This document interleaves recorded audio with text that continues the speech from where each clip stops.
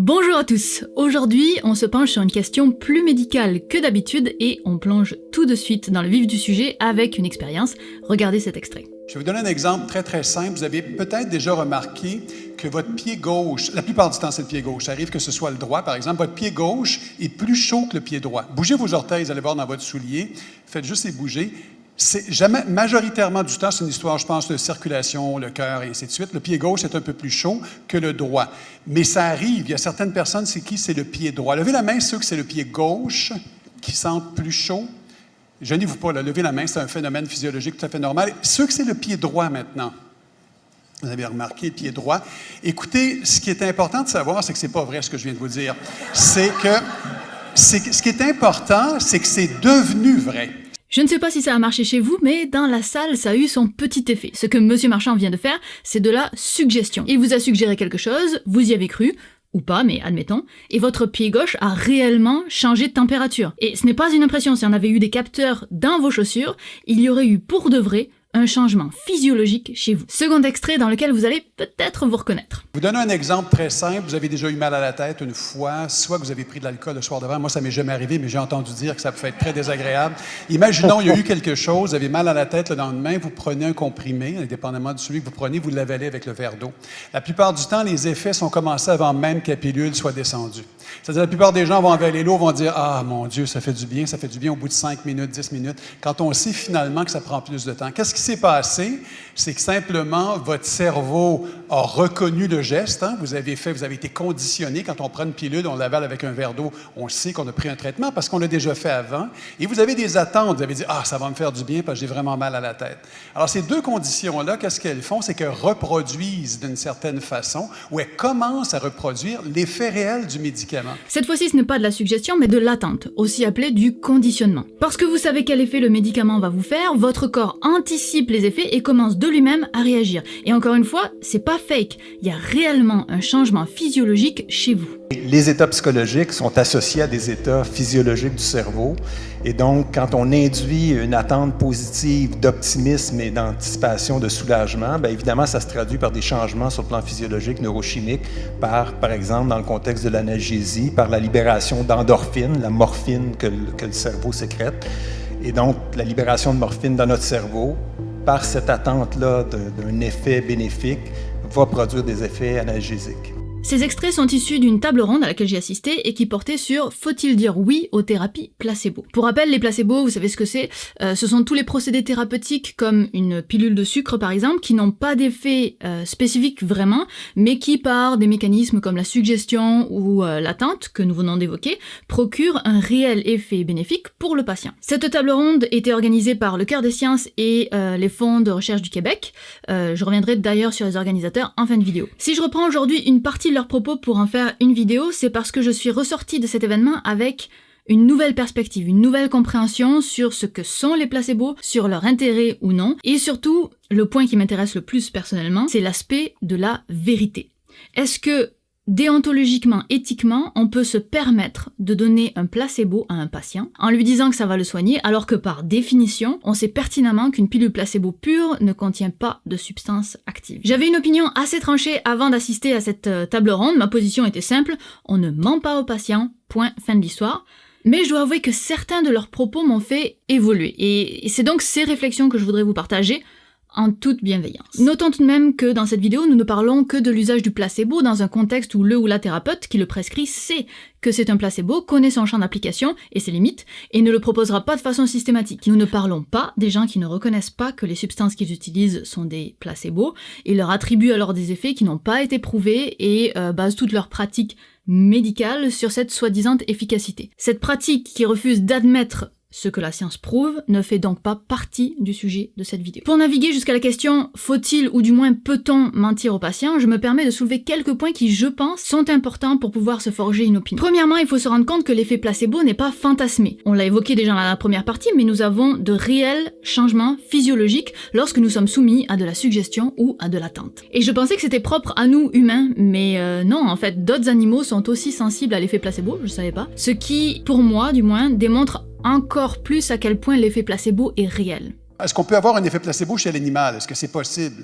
Par conditionnement, oui. Il y a une très belle étude où ils ont pris des rats, ils ont fait une petite, ils les ont anesthésiés, ils ont fait une lésion sur la cuisse, ils ont mesuré le système immunitaire. Donc, ils savaient qu'il y a une augmentation. C'est normal, il y a une blessure, le système immunitaire augmente en périphérie. Ils ont mis un diachylon, donc ils ont mis un plaster sur la jambe. Ils ont repris les animaux 2 semaines, 3 semaines plus tard, ils les ont anesthésiés à nouveau, ils ont remis un plaster, donc pas de blessure. Et devinez quoi?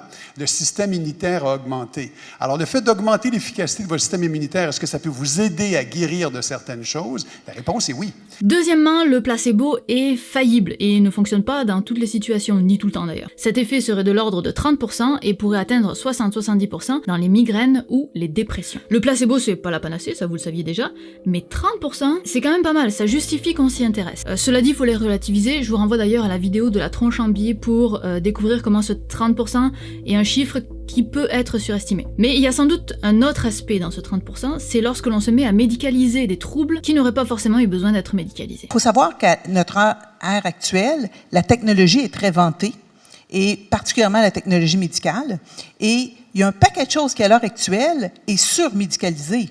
Avant, on avait le droit d'être mélancolique, on avait le droit d'être triste, on avait le droit d'avoir des problèmes à moins manger, on avait le droit d'avoir des problèmes de libido, ça existait. Maintenant, tout est médical. Tu as de la misère à l'école, c'est médical. Tu as de la misère à dormir, c'est médical. Tu as de la misère à avoir du fun, c'est médical. Mais c'est pas vrai.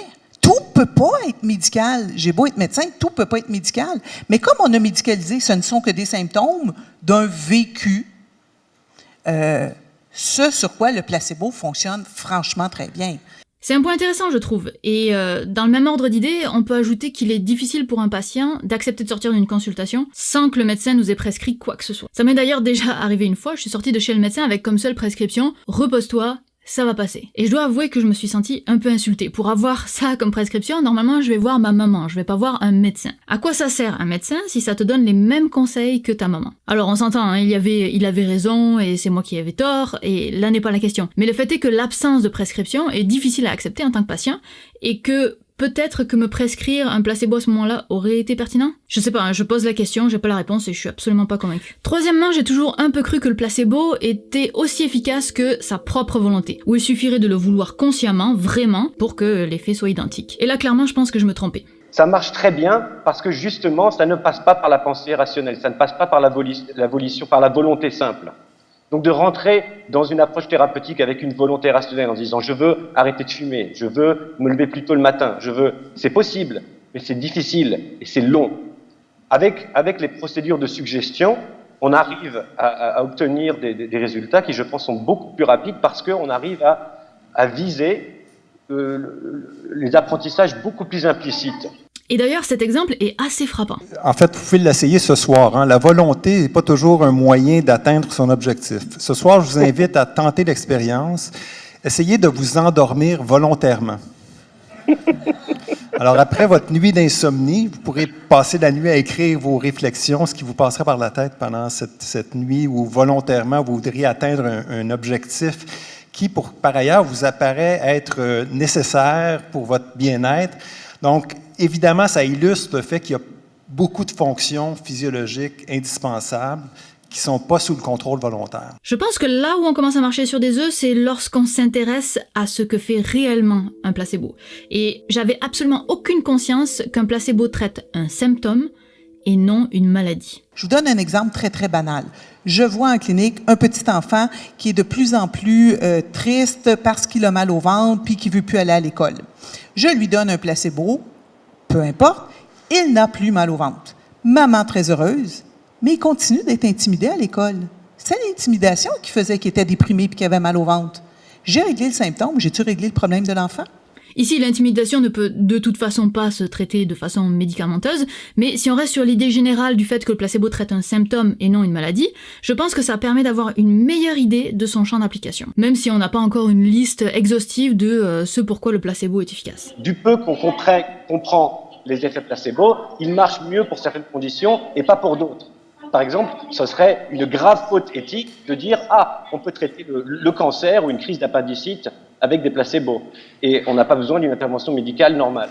Donc je pense que c'est vraiment important de continuer à avoir une conversation qui essaye tentativement de déligner les conditions et les familles de conditions qui répondent bien au placebo et celles qui ne répondent pas bien. En gardant ces points en tête que le placebo fonctionne, des fois pas toujours, que cela a des effets au-delà de la volonté et qu'on ne traite qu'un symptôme et non une maladie, on en arrive à une question éthique qui, personnellement, me chiffonne. Est-il déontologique pour un médecin de prescrire un placebo ? Et avant d'assister à la conférence, j'aurais répondu non, mais tous les intervenants semblaient s'accorder sur le fait que oui, les thérapeutes peuvent prescrire un placebo seulement dans la mesure où on essaie de soigner un symptôme et non une maladie. Ok, je comprends l'idée, mais si on en arrive à prescrire des placebos, alors ça ouvre la porte à une seconde question beaucoup plus problématique. Doit-on mentir au patient au sujet des pilules qu'on lui donne ? Bon, là maintenant on est les deux pieds dans de l'opinion, donc je vous donne des billes en fonction de ce qui a été dit à cette table ronde et de comment moi j'approche les choses, mais ce sera à vous de forger votre point de vue. Que je veux pas qu'on joue avec moi, donc je voudrais savoir que oui, c'est un placebo et qu'on m'explique que oui, ça fonctionne. Et c'est un peu de dire, je veux à la fois la magie et la vérité. Je veux les deux. Je veux la magie du sarrau blanc, mais je veux savoir. Personnellement, je vois pas comment on peut avoir la magie et la vérité. Dans ma conception, c'est inconciliable. L'effet placebo disparaît à la seconde où on révèle son identité. Sauf que là, il semblerait que j'ai tort encore une fois. Certains intervenants et certaines recherches montrent que l'effet placebo peut être efficace même quand le soigné est conscient que le produit ne contient aucune molécule active. Ce qui est assez fou. J'avoue que pour l'instant, je suis encore assez sceptique personnellement à ce sujet, d'autant que mon expérience personnelle est assez contradictoire. Il y a un médicament placebo que je prenais étant petite, et depuis que je sais que c'est un placebo, je ne le prends juste plus. Il ne peut donc même plus avoir son effet placebo sur moi. Rappelons cependant qu'une expérience personnelle n'a pas valeur de preuve et ne peut évidemment pas être même mise sur le même plan qu'une recherche sérieuse. Mais ça contribue à entretenir mon scepticisme et c'est pour ça que je vous en parle. Mais on peut mettre ce point de côté parce que si on s'intéresse à ce qui est pratiqué aujourd'hui, les placebos, quand ils sont prescrits, le sont sans que le patient le sache que ce sont des placebos. Ce qui, personnellement, m'amène à une sorte d'aberration, et peut-être vous aussi. Une autre chose qui est assez spectaculaire, c'est que si on demandait à tout le monde, ici ce soir, surtout que là vous allez être un peu biaisé parce que vous nous avez entendu, mais est-ce que vous pensez que le placebo peut vraiment avoir un effet? La plupart des gens, oui. Vous demandez au médecin, est-ce que vous pensez que si je donne un placebo, ça peut avoir un effet? La réponse est oui. Si vous dites maintenant à une de ces personnes-là, votre médecin vous a donné un placebo, ils vont dire, c'est vraiment dégueulasse. Mais oui, c'est exactement ça. Ça m'énerverait de me rendre compte que mon médecin m'a sciemment trompé, même si je sais qu'il le faisait pour mon bien. Mais peut-être que ce qui m'a le plus convaincu, ou du moins fait réfléchir, c'est ça. Imaginez que j'ai un enfant asthmatique et mon fils de 6 ans a une crise d'asthme et il me dit « Papa, est-ce que je peux mourir ?» Est-ce que je vais lui dire « Bah oui, effectivement, il y a des gens qui meurent d'une crise d'asthme. Fais attention, tu vas mourir. » Je pourrais aussi lui dire « Non, non, absolument, ça va aller, tu vas te rendre compte qu'en respirant, ça va bien aller, personne n'est jamais mort. » Moi, en tant que parent, je mens à mes enfants constamment pour les aider à aller mieux. Donc, quand on pense maintenant à cette déontologie du rapport thérapeutique et du rapport entre le médecin et le patient, je pense qu'on a un modèle un peu trop naïf où on a envie d'être égaux tout le temps. Mais simplement, le patient et le médecin ne sont pas égaux. Ils ont des responsabilités différentes, ils ont des connaissances différentes. Et justement, le médecin, il a une responsabilité éthique à aider le patient à guérir. Au même titre qu'on sait qu'un parent veut le bien de son enfant, un médecin veut aussi notre bien, a priori. Donc c'est un concept que je comprends sans vraiment tout à fait l'accepter parce qu'il nécessite quasiment une confiance aveugle du soigné envers le soignant. Et cette notion d'aveuglement, même si elle est partielle parce qu'on est rarement complètement aveugle, me pose un réel problème. Notamment dans notre société actuelle où la littératie scientifique, disons, ne se porte pas au mieux. La prescription mensonger d'un placebo se base sur l'ignorance des gens, et pire que ça, elle l'entretient. Et personnellement, après cette conférence, je comprends l'intérêt du placebo, dans une médecine qui l'utilise comme un outil, mais jouer sur l'ignorance des gens et leur absence d'esprit critique me pose un problème éthique fondamental au-delà de l'aspect médical. Et le débat sur le placebo est évidemment beaucoup plus complexe que ce qu'on ne peut survoler ici, ne serait-ce parce que nous n'avons pas parlé de l'usage non scientifique de certains placebos. Je vous invite à aller voir la conférence en entier, c'est vraiment très intéressant, et à aller jeter un coup d'œil aux liens en description qui vont aller un petit peu plus loin. Et j'attends vos commentaires, je suis curieuse de savoir ce que vous en pensez. N'oubliez pas d'être bienveillant.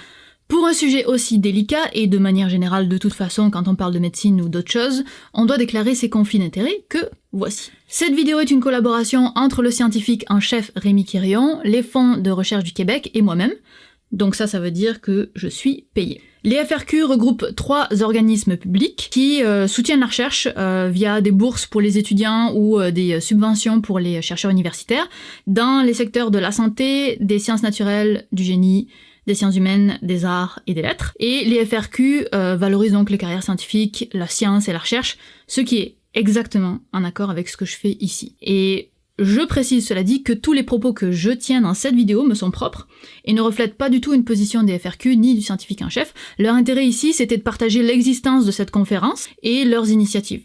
L'opinion que je rajoute moi par-dessus, c'est ma seule et unique responsabilité. C'est la toute première vidéo de ma chaîne pour laquelle je suis financée. Jusqu'à présent, j'avais toujours refusé d'autres partenariats qui ne correspondaient pas à la chaîne, tout simplement. Et je suis vraiment ravie que ce soit avec les FRQ parce qu'on partage la même mission, les mêmes objectifs. Et c'est cet aspect qui fait que j'ai toujours refusé les propositions précédentes. Alors j'espère vraiment que vous vous rendez compte de ça et je vous invite sincèrement à suivre le scientifique en chef et les fonds de recherche du Québec sur Facebook, YouTube, Twitter, je vous mets des liens en description de toute façon. Il y a plein de choses qui se font au Québec autour de la science, la recherche, la communication scientifique. C'est vraiment une vraie ébullition et c'est d'ailleurs depuis que je suis au Québec que j'ai commencé la vulgarisation scientifique. Sur ce, je vous laisse commenter sur le sujet et on se revoit dans la prochaine vidéo. Bye. Et justement, ceux qui font trop confiance au monde médical, c'est ceux qui ne sont pas auteurs de leur vie. Ils laissent le monde médical écrire le scénario de leur vie. C'est les plus malheureux. Il y a ceux qui ne croient à personne. Ils ne croient pas au docteur, ils ne croient pas aux voisins, ils ne croient pas à rien. C'est les deuxièmes plus malheureux. Les moins malheureux, c'est ceux qui ont cette relation-là de « tu m'en donnes, mais je demeure auteur de ma vie ». Je demande auteur de ce qui me plaît, de ce qui ne me plaît pas.